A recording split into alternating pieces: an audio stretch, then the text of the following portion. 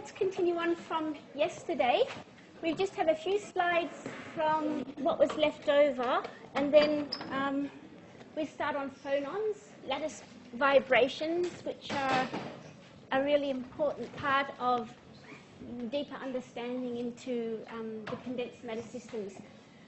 Okay, so remember we had learnt about block waves. For electrons in solids, they propagate as block waves. You can think of them as having a plane wave component and another function that has the periodicity of the lattice. So when we think back to Drude, remember how we initially had that model where the electron is traveling through the crystal and it bumps into a lattice, a point, an atom, and that's how we got the relaxation time? Well, now we know a little bit more about how electrons behave in solids. We know that that picture is not good and it's not correct, because we know that electrons in the solid can propagate according to block wave structure where they do not bump into atoms, okay? So what is the cause of the lifetime, the scattering lifetime and the resistivity of our solid? What do the electrons actually bump into in reality? Any kind of deviation from the perfect lattice. For example, most solids will have some kind of defects in them.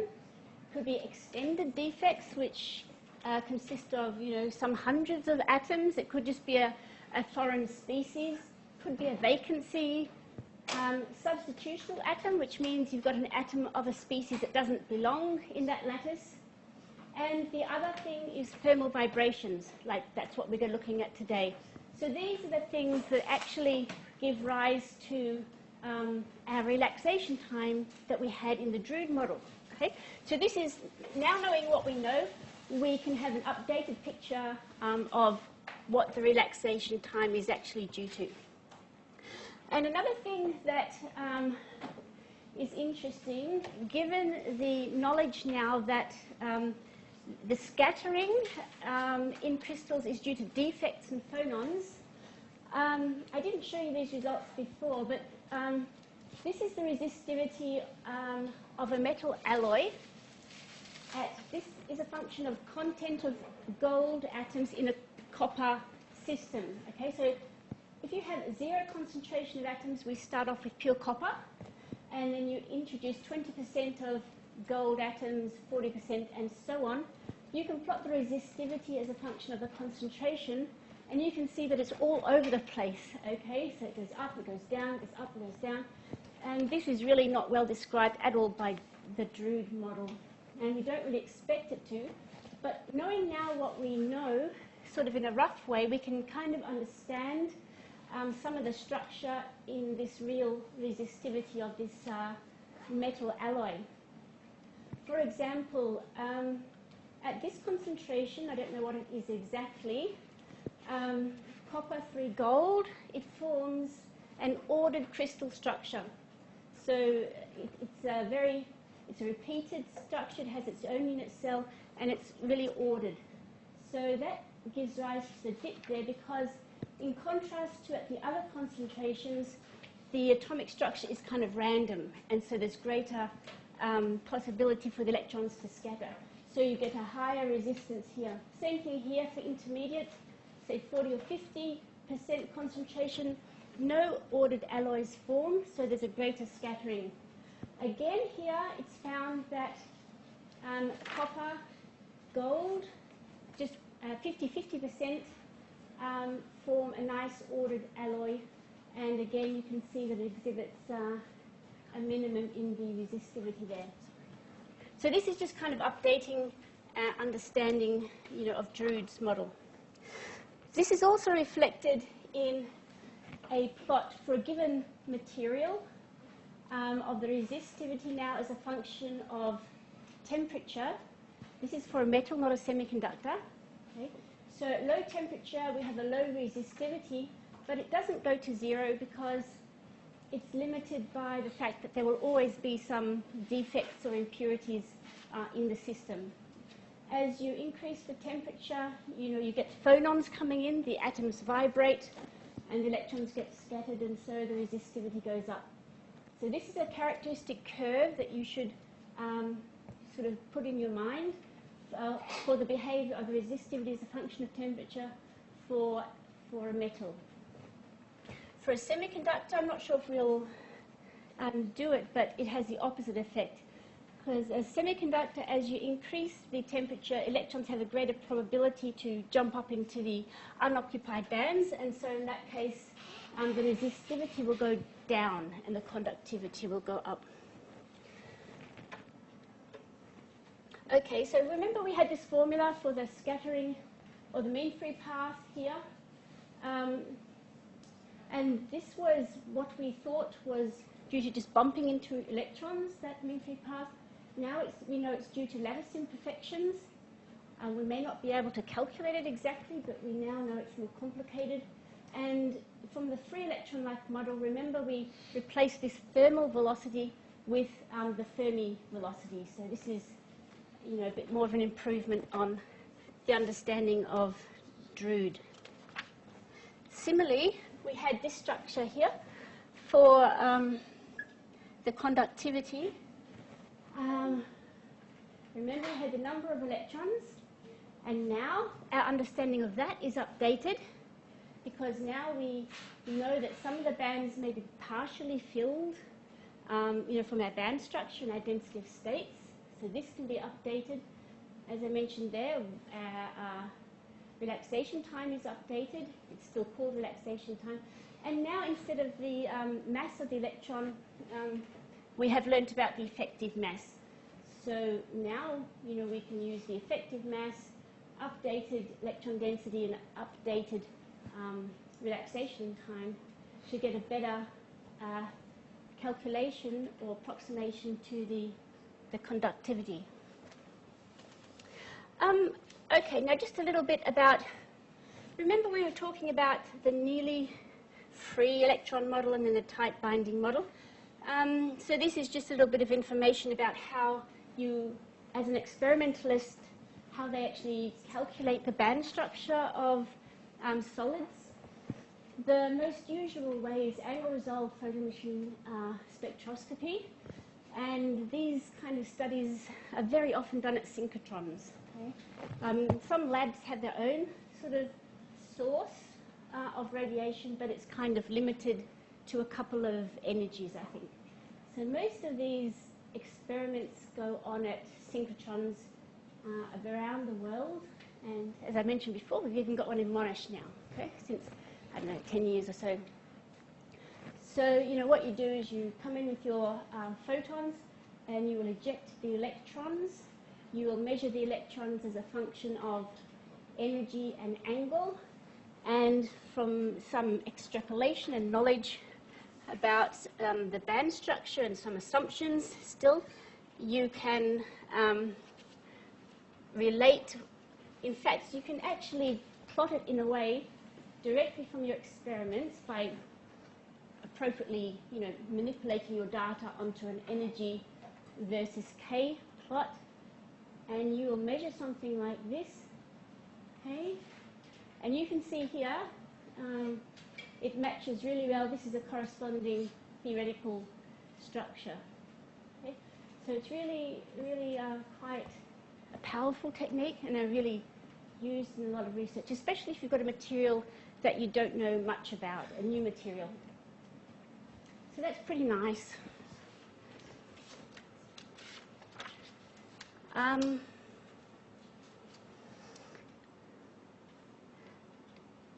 Hey, I'm missing a slide. That's annoying. Anyway, it doesn't matter. This is the most important slide, I guess. It's probably in your notes when you get the updated lecture 11. I'm not sure if they've put it up yet, but anyway, it'll be there. So I've just put, again, a little bit of revision. Just questions to ask yourself about what we have learned about electrons in periodic potential. As I said before, this is just for your sort of revision and knowing what's important from what we've looked at. Again, summarizing a few key expressions and points. And this is for the tight binding model. You remember we had the effective mass and how we derived that there. Yeah, just a few points there. Okay, so now we're going to start on lattice vibrations. Okay. And in many ways, we're kind of going to draw on what we have learnt already about reciprocal space, the number of modes and things like that. So there'll be some kind of analogy with what we have done for the electrons. Okay, for example, you remember this potential here, okay, from earlier.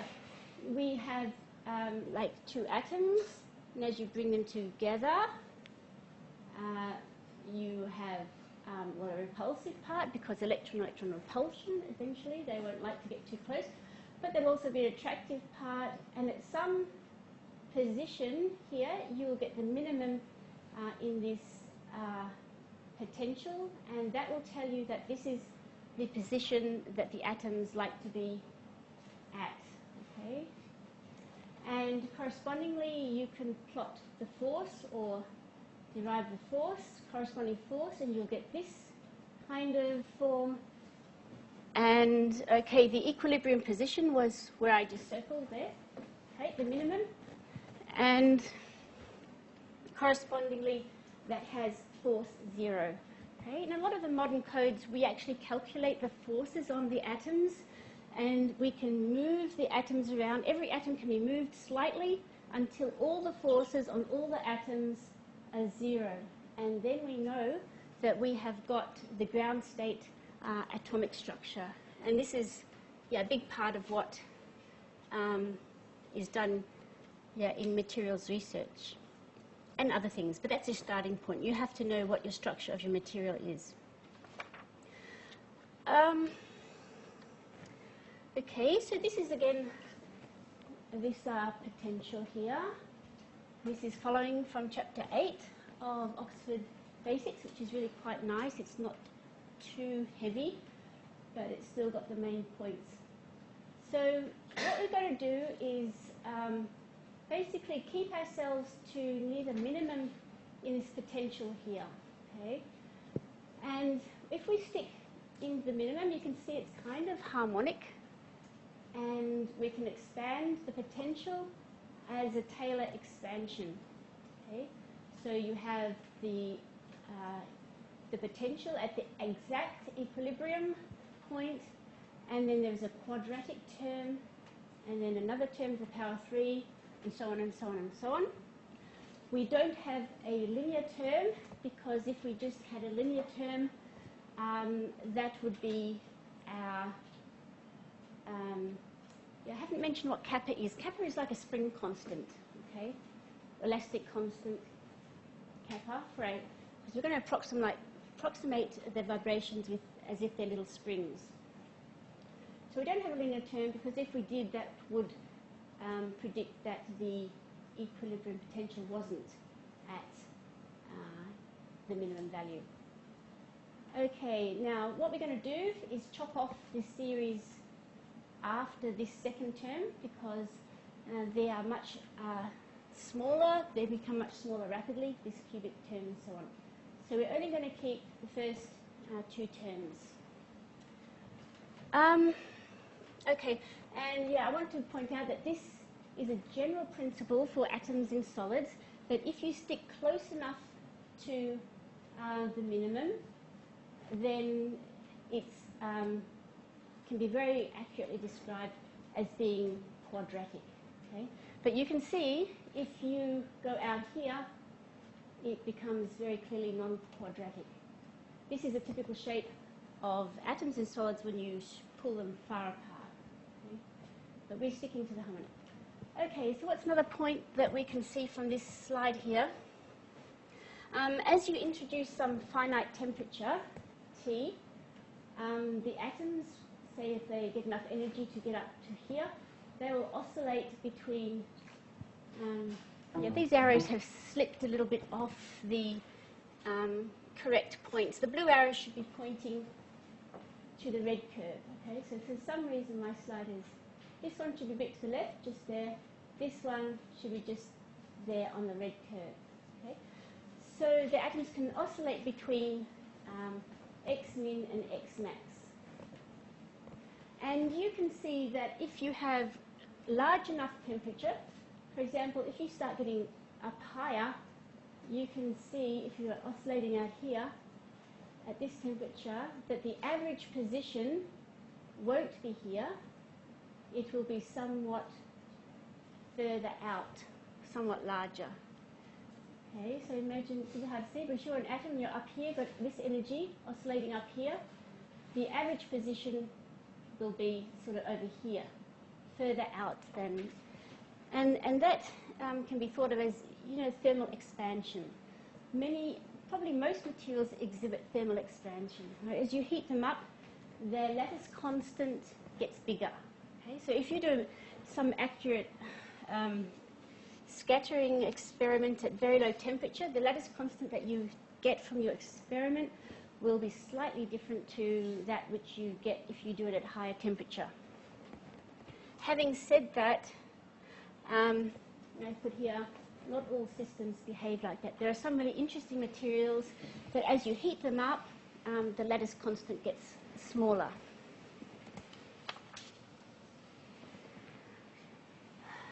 Okay, so now we're going to just talk a little bit about compressibility and so on. You know, we have Hooke's law. Force is equal to your spring constant, if you like, K, times the small displacement between the atoms, delta x. So what this says is if you apply a force, a positive force, to compress the atoms or your solids slightly, then it's a negative, which means, yeah, the distance obviously gets smaller. Okay? And we have the expression for compressibility, beta. Okay, this is not the same thing that we have used before for beta. Remember, we used that as being equal to 1 over kBt. This is now, in this section, the compressibility given by this expression here. Now what we're going to do in this lecture, and I think in the next lecture, we're just going to stick to one dimension. So in one dimension, this compressibility becomes 1 over L dL dF, where L is just the length of your solid in one dimension. And you can then say that this is basically equal to 1 over kappa A. So you know the expression for force. If you take the dimension of distance L as being the x there, you do dF dx, turn it upside down, and use it for this expression here. This is how you obtain those two terms there. So you can have a little play with that and see if you can see how to get that, but that's how you get it. And then we have put the equilibrium position, we're just going to call it A. A is what we always use for our equilibrium lattice spacing. So also in one dimension, we will use A.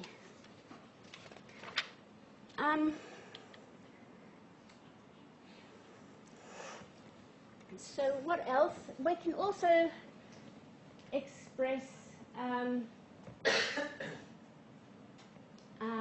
what we've got here, sound waves, because sound waves are going to be what we're going to start on first. We're going to be looking at acoustic waves in our solid, and we will see that from the model that we use, we can derive certain situations where the waves behave just like sound waves, and we will actually get this expression from our model later on.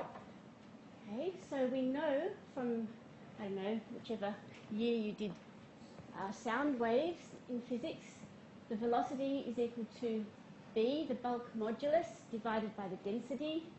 You'll probably remember, I don't know if it was first year physics that you did that kind of thing, or second year, I really don't know.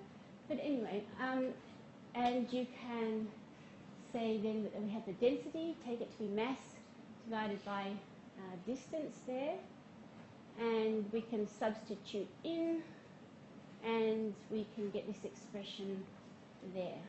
Okay? Yeah, just from our previous expression. It all falls out if you just substitute them in the equations that you've been given already. So kind of remember that sound wave velocity. Our lattice, what did we call that? Spring constant, say, kappa. A squared, lattice spacing squared, divided by the mass. Okay, so what we've got so far is, we've got some equations, but we've also know that forces between the atoms determine the ground state atomic structure. Okay? When all of the forces on all of the atoms go to zero, we know that we've got the equilibrium atomic structure. And these same forces, if you perturb them, like you make small deviations of the position of the atoms from the equilibrium position, you are able to determine the elasticity, sound velocity, and thermal expansion. And, okay, I've mentioned there before about thermal expansion and how that comes when you get enough thermal energy that you go into that non-parabolic part of the potential. Okay? So the non-quadratic part. But in everything we do now, we're going to stay in the quadratic part. Okay, so how does the model look? This is the model we have, and again, I always like to refer you to more detailed words in these books if it doesn't make sense what I'm saying. So we've got a number of atoms, they're all identical, they all have mass m, spring constant kappa, and okay, let the position of the nth atom be x subscript n, equilibrium position denoted by EQ, and we can say that's equal to NA. So N is some atom N, and A is just the lattice spacing. And we're going to allow these atoms to move just a little bit from their equilibrium position. So delta x of n is just equal to its equilibrium position minus wherever we have moved it to, but it's small. So we're going to expand the total, the potential energy as shown there. Remember we found it's, we're going to neglect all the higher terms, just keep the quadratic part and the equilibrium part. So that's our potential. And so what we're going to do now is derive the force on the mass, okay? And from the force on the mass, we are going to derive a dispersion relation. That's our whole goal for today, is to derive a dispersion relation. Frequency is a function of k vector for the particular lattice vibration. So here it is here, and we'll go through it a bit together just to make sure you keep on track. So we're going to take the derivative of that potential that I just showed. You go through it, you get equation 1. We assume a form for the delta x, typical kind of solution, and then we substitute this solution back into equation 1, and we get this important relationship here. Okay, fine, but let's take a step back and do a little bit of that together.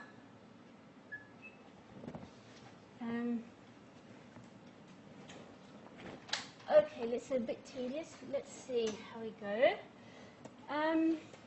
Okay, so we're considering the force on some atom N. We know that that's equal to the derivative of the potential, total potential, dx of n. So we had the expression for the potential, So we're just going to do that expansion. Okay, kappa on 2, and we are going to, so if you're an atom at position x of n, we need to describe the effect of going to the left of you and going to the right of you to get that potential. So this becomes delta x of n.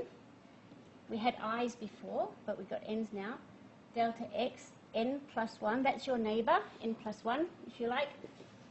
And on the other direction, we will have your neighbor, n minus 1, interacting with you again at x of n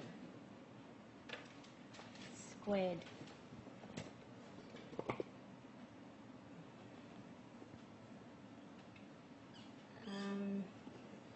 Okay, so let me try and get this right.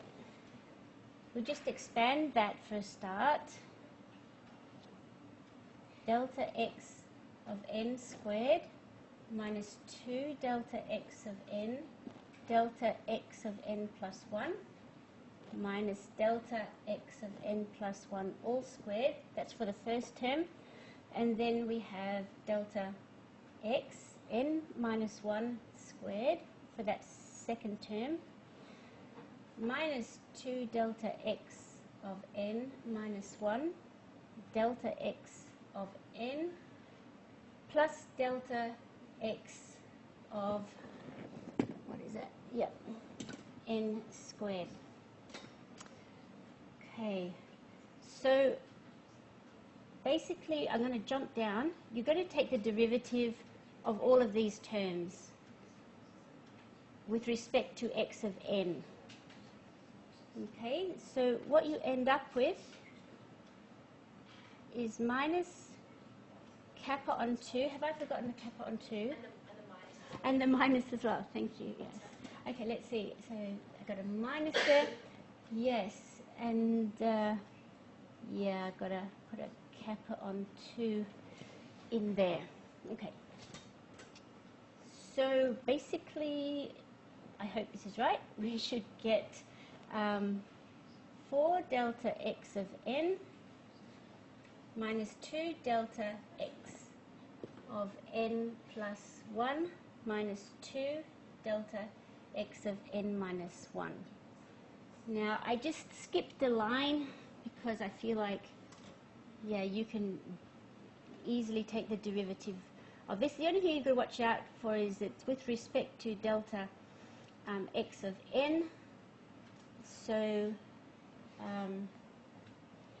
some of the terms, yeah, will drop out. For example, this one you won't need. That's it, n plus 1. Okay. So minus kappa delta x n plus 1 plus delta x n minus 1 minus 2 delta x of n equals f of n, or we can say m a, where a is written with the 2 dots. So force equals ma as well.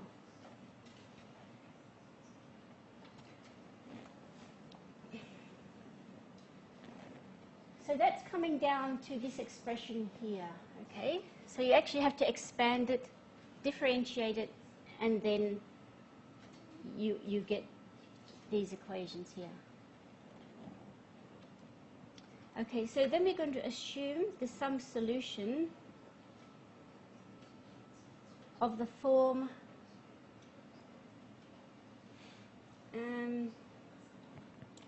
delta x of n equals a e to the I omega t minus I k x of n equilibrium. Now what we're going to do is put in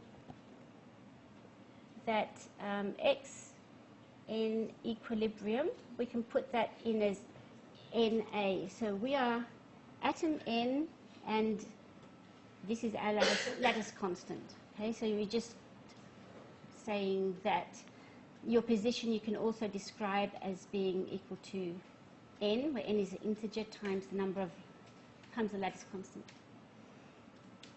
So then you will get, just substituting that in, I omega t minus I k n a. So the na has gone in for that.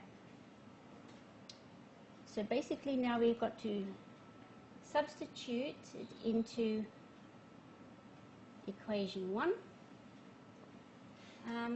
It's probably useful to concentrate first on the left-hand side of equation 1, which is that m delta x double derivative n.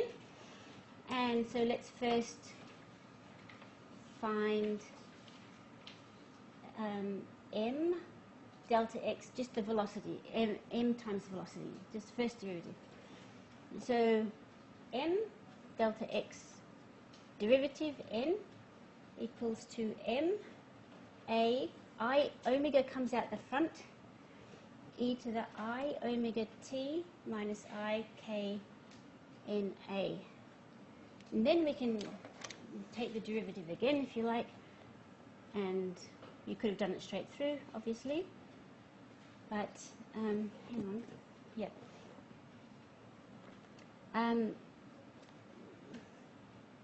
M a I omega squared e to the I omega t minus I k n a, and this I squared will get us the minus 1, so minus m omega squared a e to the I omega t minus, sorry, what's going on here? Yeah, minus I k n a. Fine. Okay. So that's your left-hand side, and we can just concentrate then on the right-hand side, which, remember, right-hand side equation 1 was equal to kappa delta x n plus 1 plus delta x n minus 1 minus 2 delta x of n.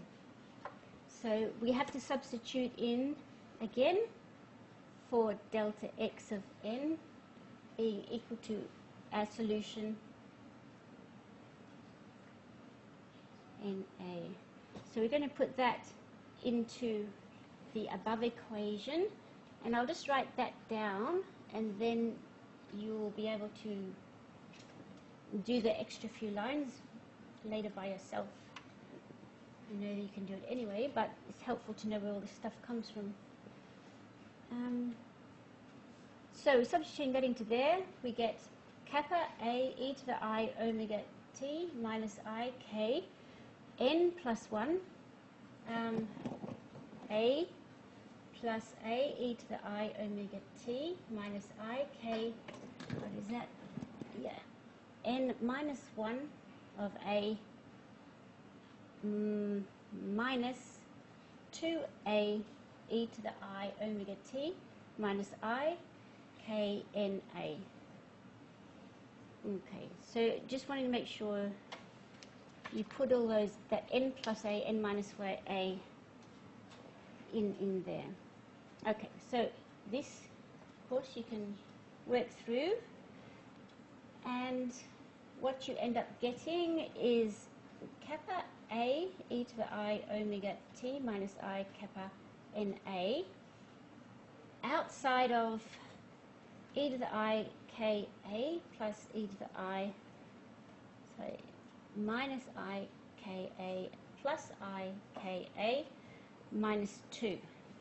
Okay, so when you expand that, you will end up with 2 cos k a minus 2.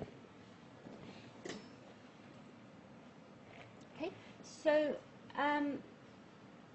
when you put left-hand side equals to right-hand side, we get the cancellation of the a, and we get cancellation of the exponential part. We get, I won't bother writing that down, minus m omega squared equals to kappa 2 cos k a minus 2.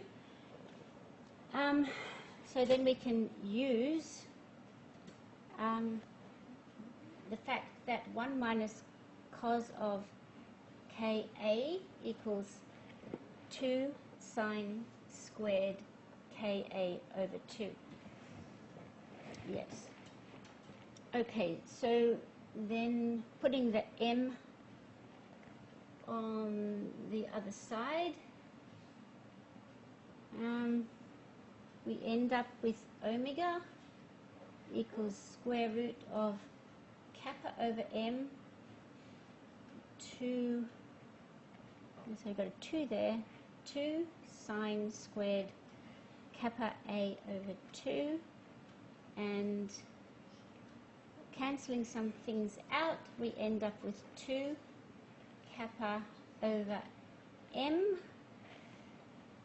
sine of ka. Sorry?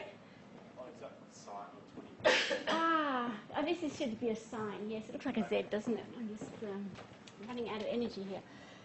So that's a sine. Excellent. Yeah, over 2. Done. 2 kappa a sine of k on 2. So this is a bit longer. That's okay. Okay, so happy. We have got this, okay? I know it was straightforward, but it's very good that you go through it and just see how it's got. So, yay. What about it? We can plot it. Okay, we can plot it. This is our dispersion relationship. And when we plot it, it looks like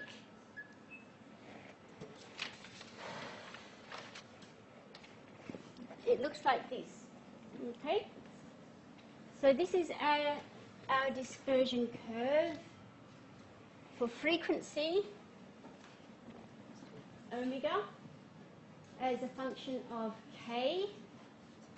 Here's 2 pi on a, it's minus 2 pi on a. You can probably guess what we're going to do, because 2 pi on a, that's just like a reciprocal lattice vector.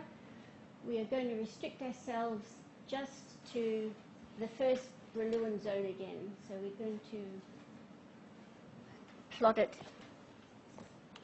more like this. And normally you just consider the dispersions in the first Brillouin zone from here, because it's just repetitive. Okay? And you've seen that before with the electronic band structure, so that's a good thing. So what's the point? We can, on this plot, substitute in for the value of k at the Brillouin zone boundary, pi on a, put that into here, and we can figure out that the value of the frequency at the Brillouin zone boundary is equal to 2 over the square root of kappa over m. So you can see that the value of the frequency depends on the mass that you have and on the spring constant. And this branch, this kind of characteristic branch, it's characteristic for like all solids, is called the acoustic branch. We can see that it's acoustic-like in that we can show that the frequency for small k near 0 is just, again, equal to the sound velocity times k. So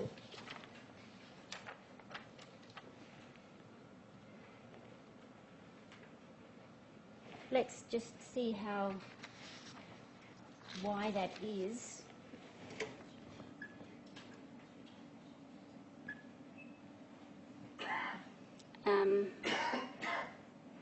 Okay, so let's just think about what we had.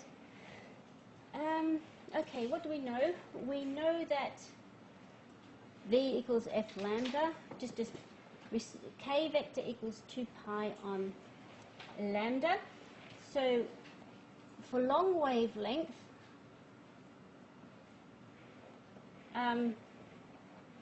it means small k.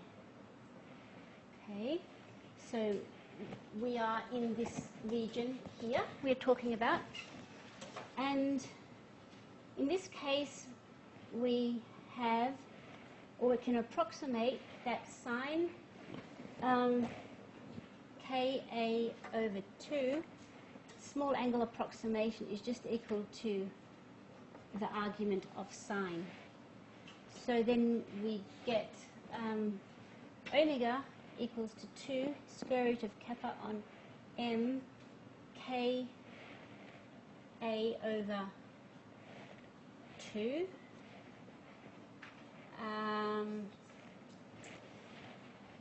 Okay, and then we know that the velocity of sound we had before is just equal to kappa on m a squared, or kappa on m a. These twos will go out so that we can write this as a square root of kappa on m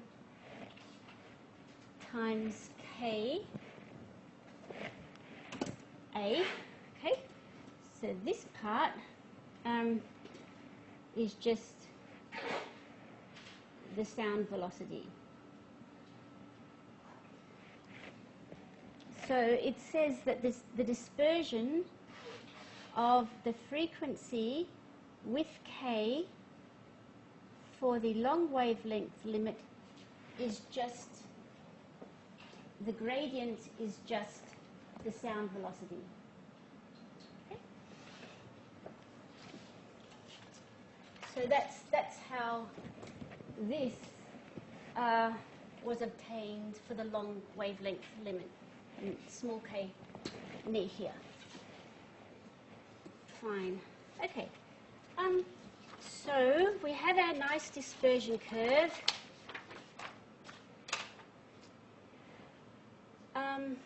I put here a video. I don't know if it's going to work, but we can see.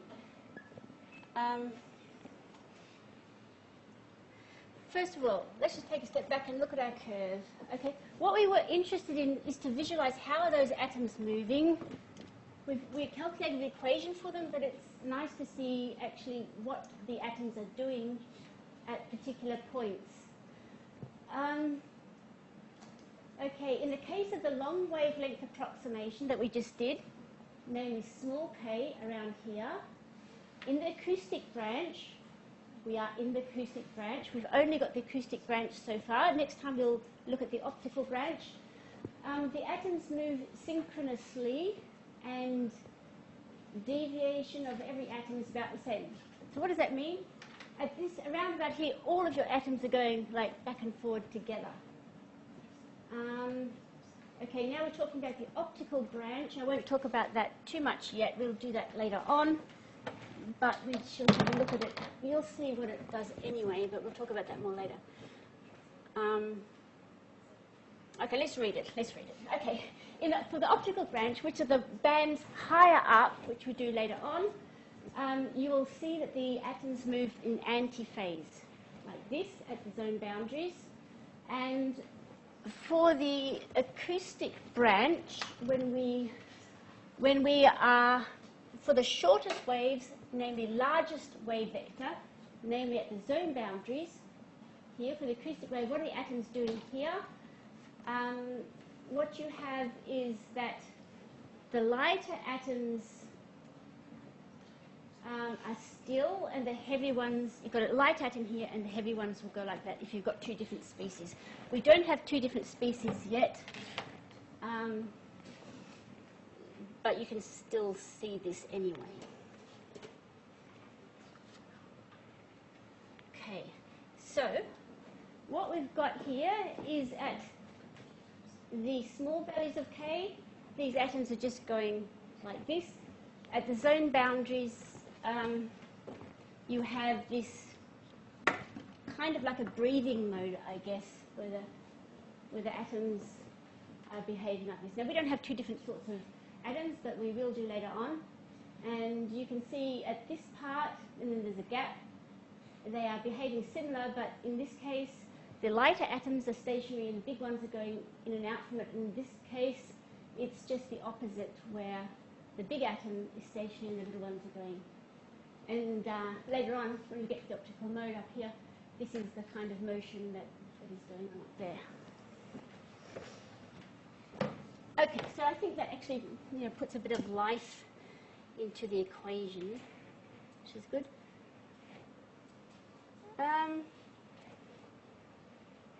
Okay, I kind of want to stop here because I feel like it's a good place to stop.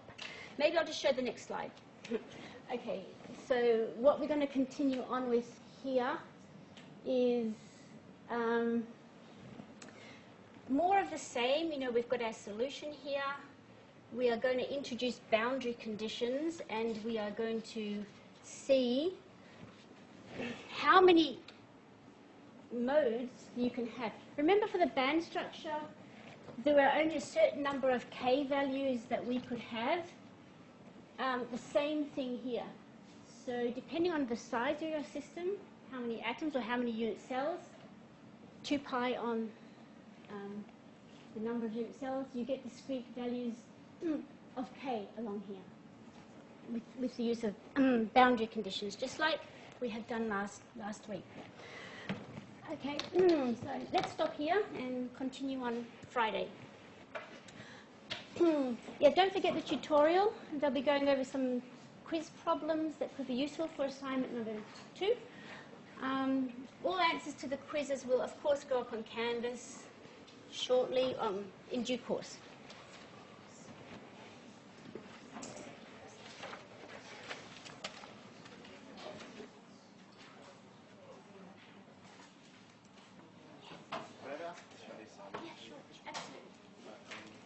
Right here, so I can get them all tangled up. What's going on? Is that it? Yeah. So show me which one, the assumptions. I think everybody's stuck on questions. That's very decay. So I got that result. Square root 2 pi. That sounds good. You have to get it in terms of, the lattice constant, right? So, which part are you up to? This is part 2. Excellent. Yeah, good. Defined as less than pi on 8. So looking at the Fermi circle, yes. you only get 1 inside. Exactly. Yes. Yeah. And then you have to plot the curve's dispersion. So you only have the one bottom there. Right? Yeah, exactly. So this would be for the, I think this is for just the first one, which is just the I direction. You've got to put so you know that you are not filled up to the zone boundary, right? So you're going to be a metal because you're sort of not right to the zone boundary. And yeah, just like this.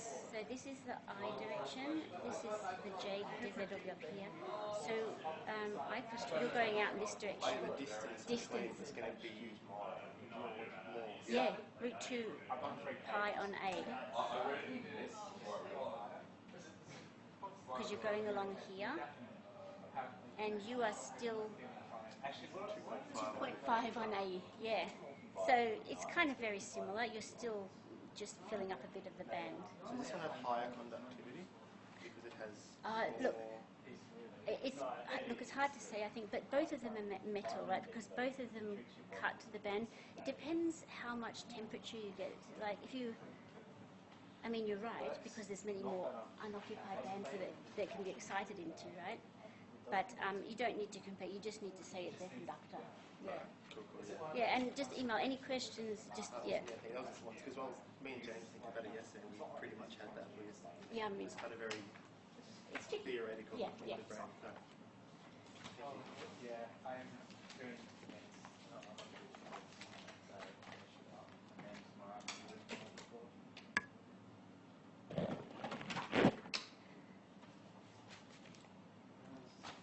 Okay, no questions from you guys? You're happy with your assignment? If you're not, you can always email